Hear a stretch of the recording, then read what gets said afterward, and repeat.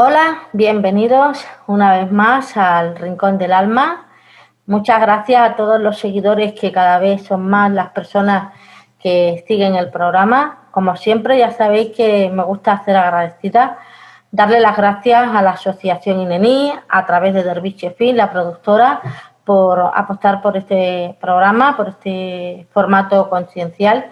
Y, como no, como siempre, a todos ustedes que están ahí apoyando este programa, a nuestra querida colaboradora del Rincón del Alma, a la asociación, bueno, perdón, me estoy explicando mal, a Sordas, no sé si es una asociación, ahora me lo va a explicar Esther, y darle las gracias por su colaboración en la difusión de este formato, para que las personas sordas puedan seguir nuestras aventuras. Y voy a hacer una pequeña cosa. Esther, te pregunto, ¿Sordas es una asociación o qué es lo que es Sordas? Sordas es una escuela de arte para personas que utilizan y quieran aprender la lengua de signos. Estupendo. Pues aclarado, le damos las gracias a Sordas por la aportación que hace a los programas. Y hoy, como siempre, otra vez se viste el Rincón del Alma de gala para recibir a, como yo digo, a su padrino y a alguien muy, muy querido por todos ustedes, que no podía faltar en el programa de hoy, para hablar de un tema muy especial, muy tocado por él. Quizás es un clásico, pero bueno, ahora vamos a hablarlo con muchos matices. Bienvenido, Emilio Carrillo. Hola, Eli, muy buenas. Bienvenido, bien hallada tú. Muchísimas gracias a ti, al Rincón del Alma. Muchas gracias a Sorda, en la persona de Esther. Muchas gracias a INENI y a Derviche Films, en la persona de Armando Gutiérrez. Así que el agradecimiento es mutuo y compartido. Y bueno, y el tema que me has planteado compartir en el día de hoy, que me lo acaba de decir, y por mi parte encantado, porque me parece un tema siempre muy importante, viene como anillo al dedo, Eli, porque ayer precisamente se cumplieron 10 años, el 29 de noviembre, cuando estamos grabando hoy es día 30 de noviembre, más allá de cuando se lanza la red, y precisamente ayer pues fue el 10º aniversario de aquella experiencia cercana a la muerte que viví en un hospital sevillano el 29 de noviembre del año 2010. Así que magnífico, muy bien que hablamos de un tema tan importante, porque forma parte de la vida como es la muerte. Pues mira, he escogido este tema porque muchas personas, cuando he hablado con ellas, pues siguen teniendo dudas. Después de todo lo que tú has hablado sobre el tema, que has hablado bastante, pues la gente, pues bueno, quieren seguir indagando en el tema, porque yo creo que es una de las cosas más importantes de la vida de la persona, porque hay dos procesos, o sea, hay dos momentos para mí muy importantes: cuando nacemos, porque venimos a este mundo, y cuando nos vamos. Entonces, el aclarar un poquito los temas desconocidos, porque las religiones se han encargado de, digamos, esconder un poco la verdad de ese tema, pues creo que es importante ponerle un poquito de luz. La verdad es que estaba divagando entre este u otro tema que había pendiente, que es el tema de la salud mental, que me lo han pedido mucho, pero al final algo me ha dicho, no, hay que tocar este. Así que hoy vamos a hablar sobre la muerte. Vamos a intentar de aclarar dudas, que creo que quedan pocas porque las he explicado todo ya, pero bueno, vamos a intentar de poner esa clarificación a las cosas. Emilio, la pregunta principal que me gustaría hacerte, ¿por qué el ser humano, si en su vehículo, en su coche, ¿vale?, estamos tan bien hechos, se sabe hoy día que podemos regenerarnos, y de hecho los científicos cada vez van uniendo más piezas en el puzzle del ADN, y se sabe que podríamos llegar a ser como máquinas perfectas que se podrían ir regenerando solas? ¿Por qué la muerte, Emilio? ¿Qué función tiene en nuestro proceso? Muy bien, para comenzar es un tema muy interesante, tal como lo planteas, Eli. Y voy a abordarlo desde una doble perspectiva. Por una parte, todo lo que tiene que ver con la muerte forma parte de los ciclos de la vida. No nos podemos olvidar de que la vida está llena de ciclos. todo nuestro alrededor nos lo muestra. El ejemplo del día y de la noche. El sol sale y el sol se pone. Y llega la luna con la noche para darle paso nuevamente al sol con el día. Las estaciones del año, los ciclos que llamamos anuales. Continuamente, los ciclos se están desenvolviendo, están teniendo lugar en los ámbitos que denominamos mayores y en los ámbitos que denominamos menores. La Tierra da vuelta al Sol, el Sol da vueltas elípticas en torno al centro galáctico, la galaxia se mueve por el universo, etcétera, etcétera, etcétera. Cuando comprendemos esto, debemos darnos cuenta de que todo ciclo tiene un inicio y tiene un fin, y que ese fin no es sino la puerta que se abre para el inicio de un nuevo ciclo.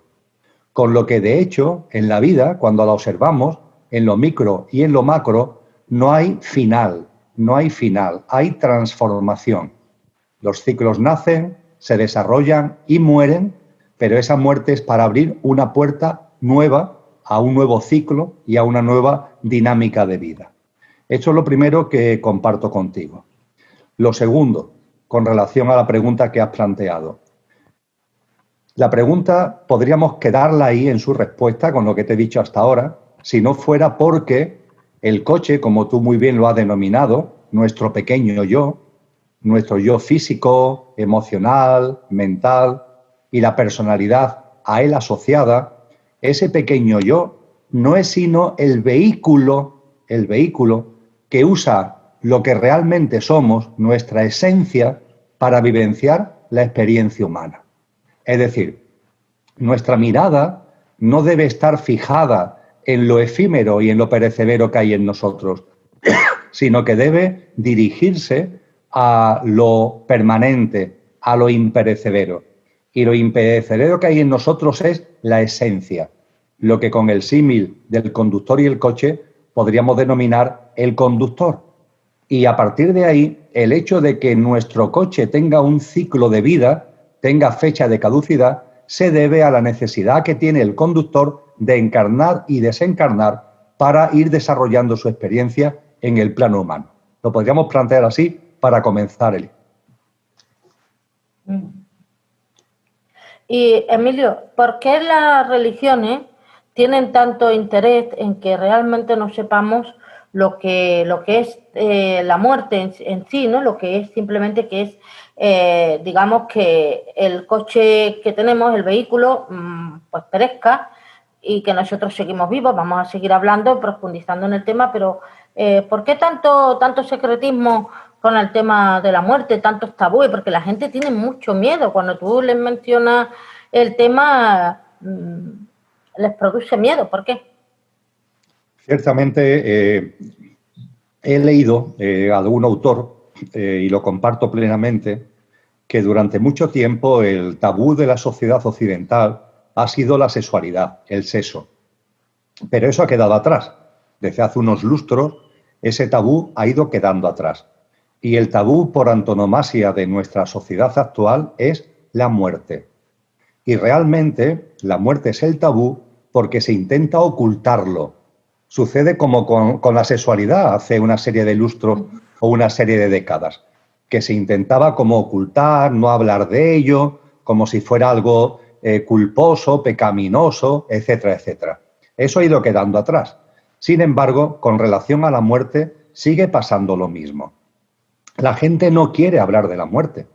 Es más, intentan de alguna manera, absolutamente absurda desde luego, pero de alguna manera intentan ignorarla. ¿Cómo se ignora? Pues, por ejemplo, cuando la gente fundamentalmente, mayoritariamente, fallece en los hospitales. La gente ya no fallece en casa, fallece en los hospitales. En los hospitales todos sabemos que se aplican unos protocolos donde una vez que la persona fallece, todo está marcado por la urgencia. El cadáver pronto es pasado al tanatorio y en el tanatorio la propia dinámica del tanatorio, como el deseo de los familiares, es enterrar o incinerar muy pronto el cadáver. Con lo que no hay velatorios, con lo que no hay un tiempo de espera antes de proceder a ese entierro o a esa incineración. Al no haber tiempo de espera, no se vive el momento. El momento se vive muy precipitadamente y no se le saca el jugo que hay que sacarle al hecho de que un alma encarnada llegue un momento determinado que desencarna. Porque ese hecho, primeramente, es un momento de despedida muy importante para ese alma. No se trata de irse de cualquier manera, no se trata de irse a prisa y corriendo. Lo lógico es que el conjunto de los que seguimos aquí encarnados hagamos una despedida de cariño, una despedida de agradecimiento, que esté pausada, que no sea marcada por la velocidad. Sin embargo, esto no es así y lo que impera es la velocidad a la hora de la incineración o a la hora del enterramiento. De la misma manera, se quiere evitar que miradas diferentes puedan acceder a ese hecho que es la muerte misma. Me explico mejor, Eli.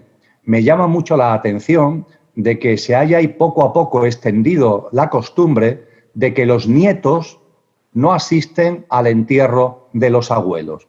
Me llama mucho la atención. Los papás dicen, es para no traumatizarlo, es para que no vean el dolor, es para que no vean las lágrimas. Vamos a ver, ¿le queremos ocultar a nuestros niños, incluso a nuestros adolescentes, el hecho de que la muerte existe?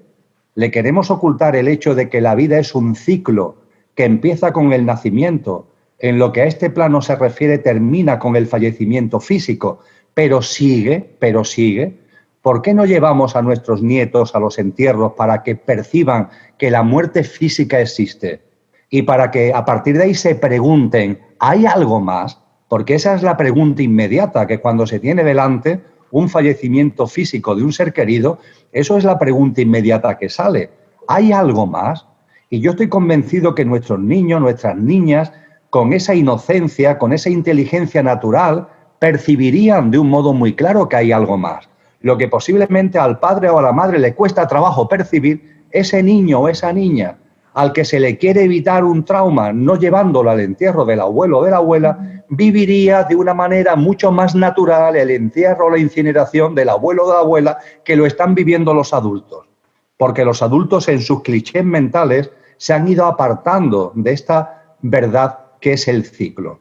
Entonces, efectivamente, Eli, vivimos una situación muy curiosa donde la muerte es el gran tabú de lo que nadie quiere hablar. Es como si la muerte no existiera.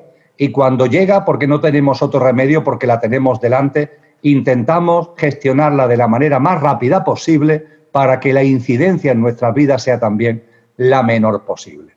Pero en cualquier caso, ¿cuántas personas, gracias al fallecimiento de seres queridos, han dado un paso de conciencia, Eli? Tú conoces a muchas, yo conozco a muchas personas que debido precisamente al hecho del fallecimiento de un ser querido, se preguntan cosas. Y al preguntarse cosas, dicen los evangelios cristianos, buscad y hallaréis, llamar a la puerta y se os abrirá. Cuando se buscan cosas, esas cosas van apareciendo. Pero claro, si lo que hacemos es, cual avestruz, esconder la cabeza bajo tierra y no querer ver, entonces esas enseñanzas nunca van a llegar a nuestra vida. Mira, es muy curioso lo que estás contando y es verdad todo lo que estás contando, por eso yo estaba sintiendo con la cabeza. Tenemos tú y yo una compañera de la Asociación Sevilla Consciente que me contó el invierno pasado una situación que ella vivió. Muy brevemente la voy a contar porque seguramente muchas personas se van a ver reflejadas en ella. Esta persona, digamos que se dedica, voluntaria de una asociación que se dedica a ayudar a personas precisamente cuando se van a morir, ¿vale? De esas personas que colaboran en ese proceso. Entonces le sorprendía muchas veces cuando entraba en las habitaciones y sabía, todo el mundo sabía porque estaban en paliativo esos pacientes, que esas personas se iban a morir, pero ahí no se hablaba nada. Ese era un tema que no se tocaba. Todo era tocarlo todo menos que esa persona se tenía que ir, ¿no?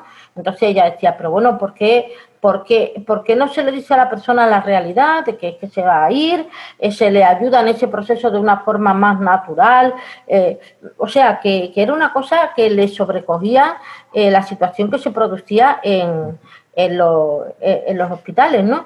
Y entonces, yo este verano precisamente estoy viendo también a una persona que me contaba que ella había descubierto que era un proceso natural. Entonces tenía un familiar que tenía un cáncer terminal y entonces me contaban que ella participó en todo momento con su compañero para que se pudiera ir de una forma bonita y sabiendo dónde iba. Es una contradicción, pero es así. Hay gente que son más, ya están en una línea y otras, sin embargo, como me has podido escuchar, están todavía con ese tabú de aceptar lo que está pasando para que se pueda ir esa persona de una manera más bonita, ¿no? Y, sin duda ninguna, Eli. Claro que sí. Mira, recientemente he tenido una experiencia muy hermosa, recientemente, en los últimos meses, donde un íntimo amigo me planteó, él tiene un número importante de hermanos y de hermanas. Ya todos poco a poco van teniendo una edad. Y me planteó que un hermano y una hermana habían sido diagnosticados de cáncer. Y que, bueno, a partir de ahí se había abierto en el contexto de la familia por primera vez, una familia que además, como son muchos hermanos y hermanas, tienen muchos hijos, los cuales tienen a su vez hijos, en fin, es una familia muy numerosa, ¿no? Y me planteaba que por primera vez se estaban encontrando delante con este hecho. Y me pidió tener un encuentro, Eli, fíjate, en lugar de negarlo, me pidió tener un encuentro donde el hermano y la hermana con cáncer estaban presentes.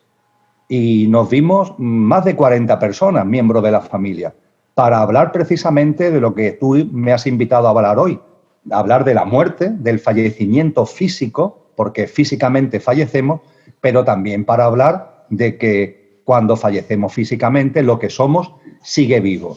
Y fue un encuentro precioso, fue un encuentro de preparación, fue un encuentro conmovedor. A mí la verdad es que me conmovió profundamente y de hecho no mucho después, uno de estos dos hermanos falleció precisamente de cáncer, ¿no? Pero allí no se ocultó, todo lo contrario. Se abordó con serenidad, se abordó con calma y eso, Eli, ayuda muchísimo. Ayuda mucho, primero, al que desencarna, porque el que desencarna se va de otra manera. Cuando el que desencarna percibe que la familia, que los seres queridos están en un estado de una cierta calma, de una cierta serenidad a la hora de abordar ese momento, eso ayuda al alma que desencarna. Y desde luego ayuda a los que se quedan aquí para gestionar el lógico dolor ante la partida física de un ser querido, para gestionarlo no desde la tragedia, sino gestionarlo desde un punto de vista distinto, de una forma distinta de ver las cosas. Pero lo que estoy compartiendo acerca de esta familia es una rara avis. Lo que fundamentalmente sucede, lo que con más frecuencia sucede, es que no se quiere hablar de ello, lo cual le hace un flaco favor al que va a desencarnar y le hace un flaco favor a los que se van a quedar aquí. Hay veces que hay gente que me dice, Emilio, es que no queremos que la persona moribunda sepa que va a fallecer. Pero ¿de verdad creemos que una persona, aunque sea moribunda, es tonta? ¿De verdad? ¿De verdad creemos que somos tontos? Claro que un moribundo o una moribunda saben que va a fallecer, Eli. Lo saben en su fuero interno. Puede ser, hay casos de que no quieren que se hable de ello y eso hay que respetarlo. Pero en la mayoría de los casos no es cuestión del moribundo o de la moribunda, es cuestión de los familiares. Son los familiares los que no quieren que se aborde un asunto que le convendría enormemente al moribundo que se abordara con toda tranquilidad y que conjunta y colectivamente se preparara ese momento de decirle adiós a un alma que ha encarnado, ha vivido sus experiencias y ahora desencarna. Desde una verdad fundamental. Nadie se ha quedado aquí. Nadie se ha quedado aquí. No hay ni un solo caso de alguien que se haya quedado aquí. Venimos, nacemos, desarrollamos nuestras vivencias, nuestras experiencias, sacamos el jugo en conciencia que podemos sacar, sembramos para recoger después en el plano de luz la cosecha a través de la experiencia de alta vibración que hayamos podido desplegar y volvemos a donde hemos venido. No tienen ningún tipo de secreto, no tienen ningún tipo de lado trágico este hecho que estamos compartiendo. Vale, un momentito, Emilio. No me adelantes acontecimientos para ir dando pasitos hasta llegar a ese plano de luz que yo quiero que hablemos un poquito de él para que la gente también tenga claro dónde van a ir cuando se vayan, ¿vale? Una cosa, tú tienes una experiencia muy bonita porque tú eres de estas pocas personas que han tocado de alguna manera ese morir para venir aquí a contarnos un poquito lo que hay. Emilio, ¿cuál ha sido tu experiencia? ¿Qué es lo que tú puedes transmitirnos desde el plano del que tú estás ahora al plano que estuviste? ¿Qué tranquilidad le puedes dar a las personas que te están viendo y escuchando con ese sentir que tú tienes tan bonito de tu experiencia? Lo primero, Eli, es poner de manifiesto que la experiencia que yo puedo compartir no es la única. Hay muchísimas personas que han tenido experiencias cercanas a la muerte. Los cálculos estadísticos es que actualmente en el planeta viven unos 100 millones de personas que han tenido experiencias cercanas a la muerte. Que se dice pronto, 100 millones de personas.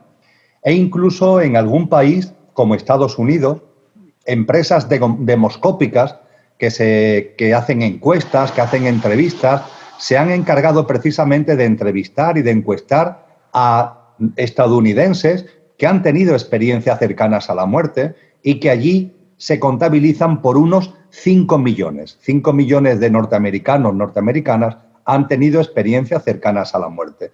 Y en el conjunto del planeta se calculan que hay unos 100 millones. Eso no es moco de pavo, sobre todo cuando las experiencias que compartimos, los que hemos tenido esa vivencia, las experiencias son muy similares, las experiencias son muy semejantes.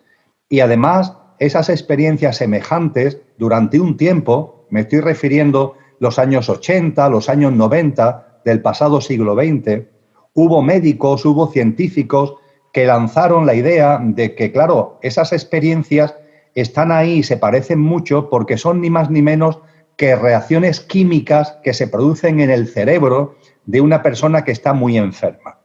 Pero posteriormente ha habido ya estudios enormemente serios, no solamente de científicos, sino de científicos especializados en neurología y en temas cerebrales, que han puesto en evidencia que no, que las experiencias cercanas a la muerte son algo más, algo a lo que la ciencia todavía se resiste a darle una explicación sólida, porque esa explicación sólida no es otra que el que hay una vida después de lo que llamamos el fallecimiento físico. Y hay unas circunstancias concretas en las que hay personas que aparentemente han fallecido porque sus constantes vitales se han venido abajo, pero sin embargo después vuelven, porque realmente ese fallecimiento era aparente, no se había producido en la realidad. Y esas personas que comparten, pues fundamentalmente, Eli, para, como tú me dices, además, no ir adelantando fases en la entrevista, lo importante, lo fundamental es que se percibe con rotundidad, o por lo menos yo así lo percibí con rotundidad, que yo sigo vivo y mi cuerpo se queda en la cama del hospital.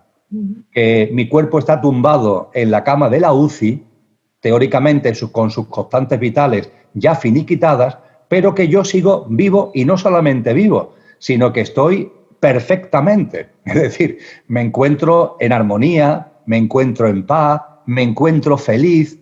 Sí, estoy percibiendo, estoy viendo ahí mi cuerpo y estoy viendo la gente que se mueve en torno a mi cuerpo, pero yo estoy fuera de lo que ha sido mi cuerpo y me encuentro en un estado de armonía y de felicidad completo. Ahora hablaremos de las distintas formas que se puede vivir este momento. En mi caso fue así, Eli. Una enorme paz, una enorme serenidad y la percepción de que aquello fue una bendición que estaba viviendo. ¿Eli? Emilio. Sí, sí. Una cosa, en todo ese proceso que estás contando tan bonito, ¿Existe el dolor en algún momento de ese proceso? Bien, esto es muy importante, Eli, es un tema muy Exacto. importante, porque hay gente que me dice, Emilio, si yo no temo a la muerte, yo temo el hecho de morirme, es decir, mi temor no es lo que hay después, sino lo que voy a vivir físicamente para que la muerte se produzca.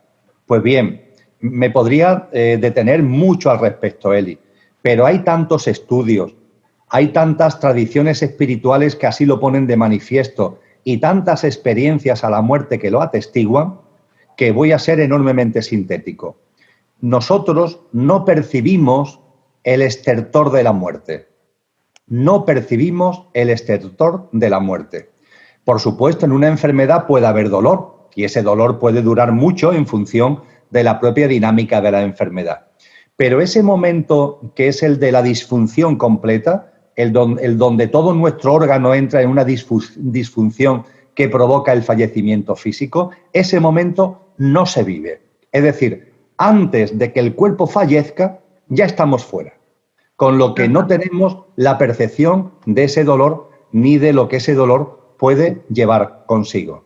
Soy más claro al respecto, Eli, y hago referencia a, yo no me la doy de nada, pero algunos recuerdos de vidas pasadas tengo, algunos recuerdos.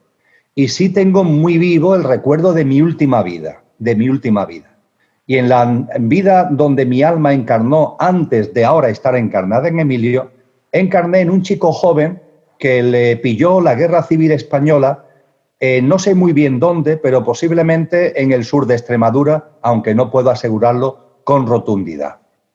Y no fue, este hecho no se produce al inicio de la guerra, que fue, como dicen los libros de historia, en el verano del 36, sino que se produjo en agosto del 37, donde ya la guerra llevaba 13 meses. Y yo lo que me encuentro es que hay un grupo de soldados, no sé de qué bando, si eran rojos o azules, azules o rojos, me da exactamente igual, la verdad, no sé de qué bando, me sacan del pueblo. Y me sacan del pueblo donde yo vivía, cogido con una cuerda, atados y cogido con una cuerda, donde íbamos unas 8 o 10 personas. Y nos llevan a las afueras del pueblo. Yo tenía 17 años en aquel momento, iba con una camisa blanca, pantalón oscuro, debía ser verano, y bueno, era agosto del 37, como acabo de compartir, y me llevan a las afueras del pueblo y allí nos ponen de rodillas y nos van dando un tiro en la cabeza a cada uno. Hay un oficial que nos va dando un tiro en la cabeza a cada uno. No nos fusilan, sino que nos dan un tiro en la cabeza a cada uno. Pues bien, yo ahí he vivido en el recuerdo de esa vida como antes de que el disparo se produjera, aquí atrás, antes de que el disparo se produjera, yo estaba fuera de mi cuerpo. Esto puede parecer una locura, puede parecer una fantasía, ¿verdad? Pero desde luego es lo que atestiguan muchas experiencias, que antes de que se produzca el desencadenante de la muerte ya estamos fuera, con lo cual yo no viví el dolor del disparo en la cabeza, con lo cual no se vive el dolor del estertor de la muerte. Por cierto, Eli, como nota a pie de página, como experiencia curiosa, yo he estado durante un tiempo, después de la experiencia cercana a la muerte, estando en el hospital, de hecho, me rapé la cabeza y he estado bastantes años con la cabeza rapada.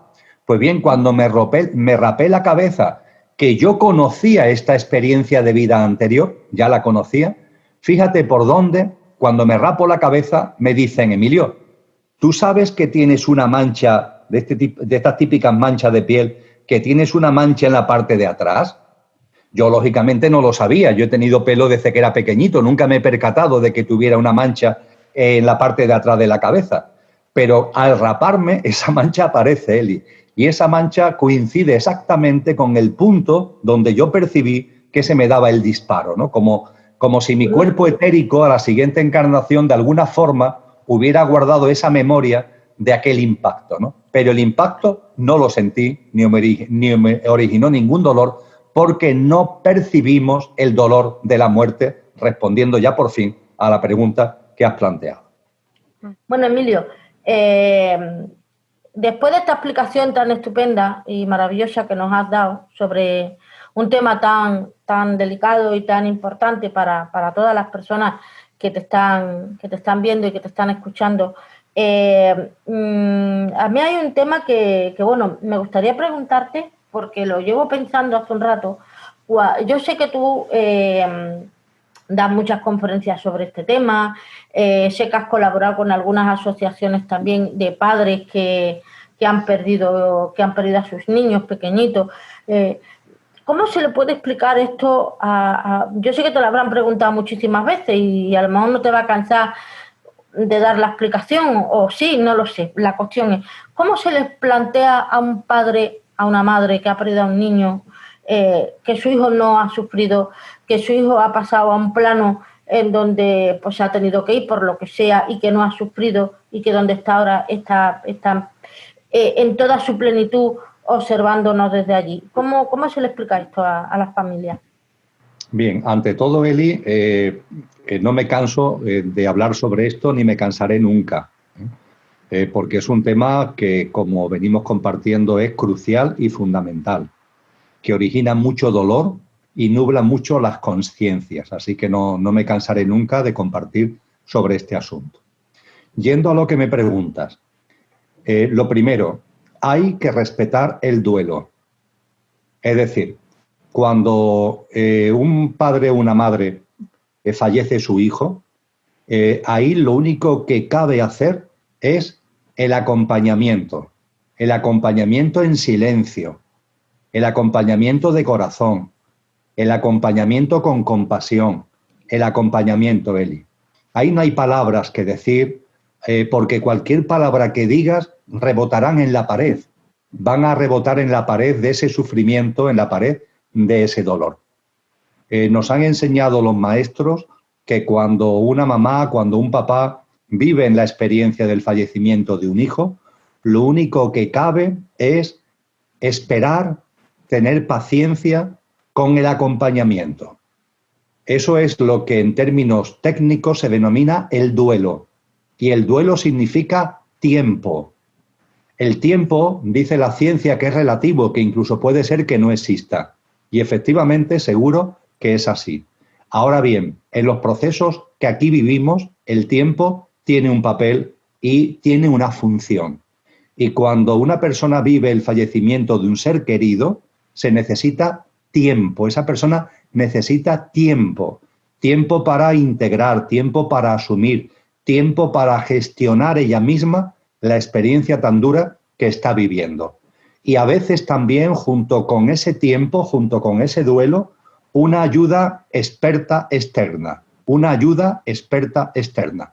Es decir, un terapeuta, puede ser también un psicólogo, puede ser una de estas asociaciones que tú comentas, donde la persona que está viviendo ahora el fallecimiento de un ser querido se encuentra con otras personas que vivieron eso mismo, exactamente lo mismo, y por tanto no hablan por hablar, porque lo han vivido en primera persona, pero hace un tiempo. Entonces, esa ayuda externa junto con el duelo es, en principio, lo fundamental. Y hay que tener paciencia. No nos podemos lanzar encima de la persona que está viviendo esa experiencia, de ese papá o de esa mamá, para decirle cosas. Hay que darle un fuerte abrazo, hay que estrecharla con cariño, hay que tener una presencia de corazón a corazón, hay que acompañar y tener una actitud de escucha, no de hablar, sino de escucha ante lo que esas personas puedan plantear y dejar que el tiempo, dejar que el duelo vaya menguando tan tremendo dolor. Y cuando eso vaya sucediendo, cuando ese duelo, cuando esa ayuda terapéutica externa vaya ya dando resultados, entonces sí, Eli, entonces sí hay que hablar con ellos. Cuando uno percibe ya que no está hablando con una pared donde todo va a rebotar, y esto es un tema de sensibilidad y de intuición, cuando uno es sensible y uno intuye que es el momento, entonces sí se puede empezar a hablar con ese papá y esa mamá, para decirle que efectivamente la muerte no existe, que la muerte es un fantasma de la imaginación humana, que la muerte es un imposible. Y ojo, Eli, porque esto es muy importante lo que voy a compartir contigo. Y sabiendo el dolor que están teniendo, utilizar ese dolor como factor de impulso. Fíjate lo que te digo.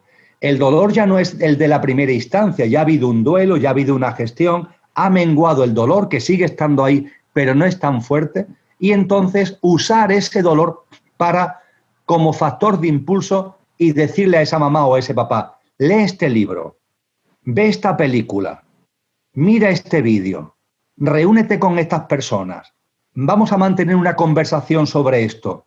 Y ese papá o esa mamá, aunque lo trascendente, la vida más allá de la vida, en principio antes de lo que estaba viviendo no le importaba nada, ahora sin embargo van a leer ese libro, van a ver ese vídeo o esa película, o van a escuchar un audio, o van a hablar con una persona por el dolor que tienen.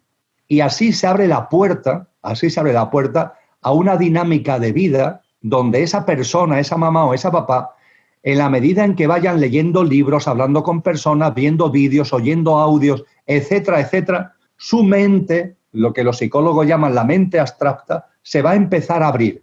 Y gracias a esa apertura de mente, llegará un momento en el que, debido al dolor que lo impulsa a ser perseverante, llegará un momento en el que ese papá y esa mamá se empezarán a dar cuenta por ellos mismos, no como creencia, sino como vivencia, que la muerte no existe. A partir de lo cual seguirá habiendo una añoranza del hijo o la hija fallecido, pero ya no habrá el dolor al que hacías tu referencia en tu pregunta. Qué maravilla, Meli, me encanta lo que dices porque das tanta luz, tanto consuelo a las personas. Mira, hay una canción del maestro Manuel Molina que a mí me gusta mucho, que dice: todo el mundo cuenta sus penas pidiendo la comprensión. Quien cuenta sus alegrías no comprende al que sufrió. Hay que ser muy empático y hay que tener mucha humanidad para decir las cosas como tú las dices. A mí es que me encanta, te lo digo de siempre, desde que te conozco, me deleito mucho escuchándote y cuando te pones como maestro a explicarle a la gente, a dar trascendencia, a dar luz, a dar conocimiento, es que, mira, te mando besos desde mi casa, te mando besos.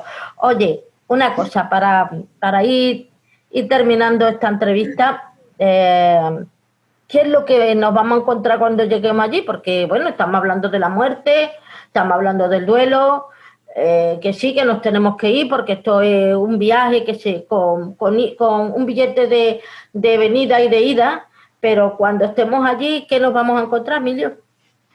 Pues mira, Eli, diría alguien que yo conozco, y alguien ha vuelto para contárnoslo.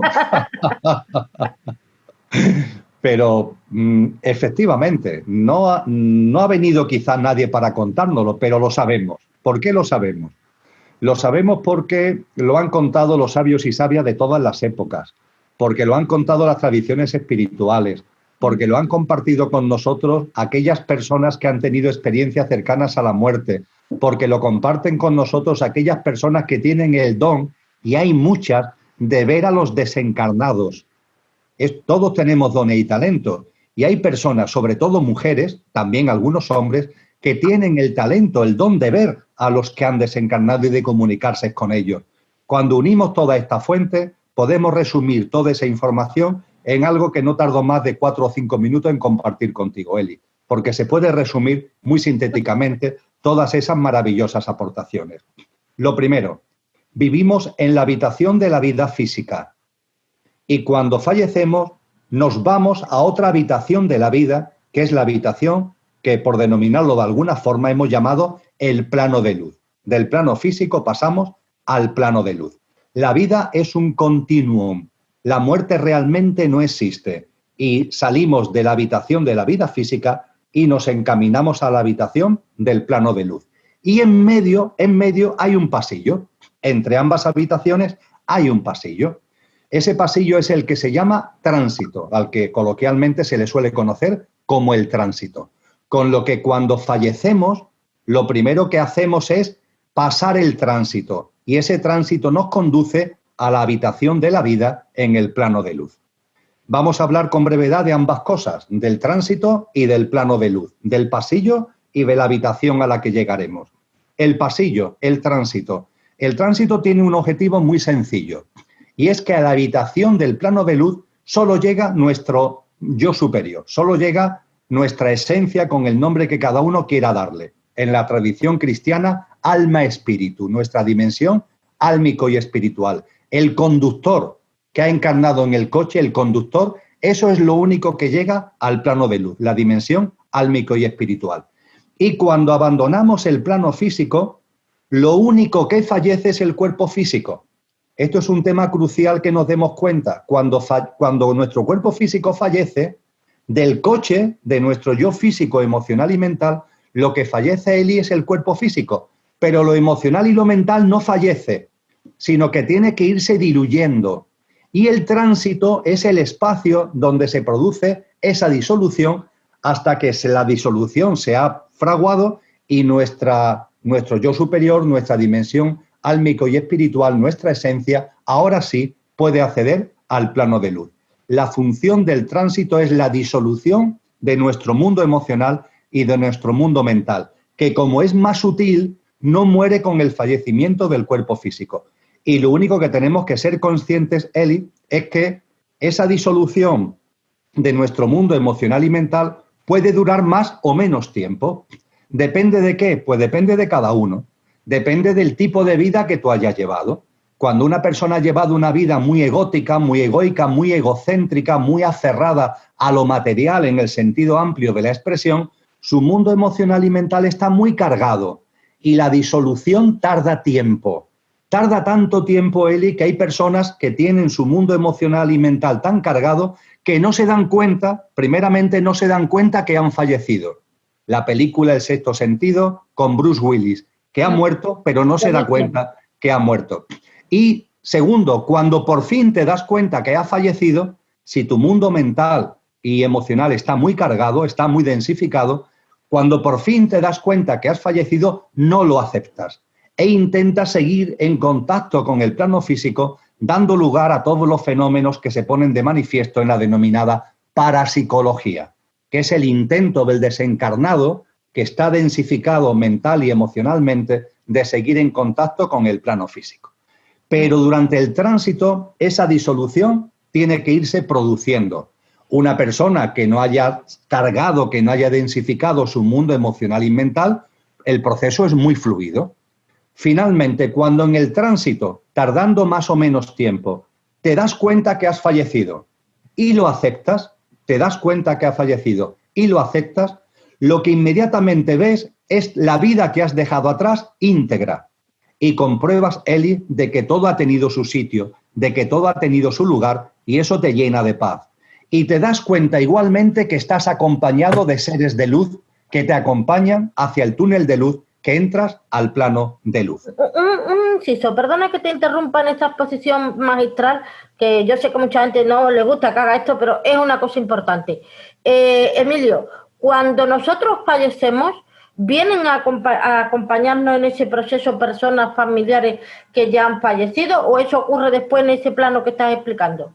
En el tránsito, Eli, una vez que te has dado cuenta que has fallecido y lo has aceptado, sí, y has visto tu vida íntegra, la que has dejado detrás, entonces te ve acompañado. Y esa compañía son seres de luz, incluidos los seres de luz que son aquellos familiares tuyos que han fallecido antes.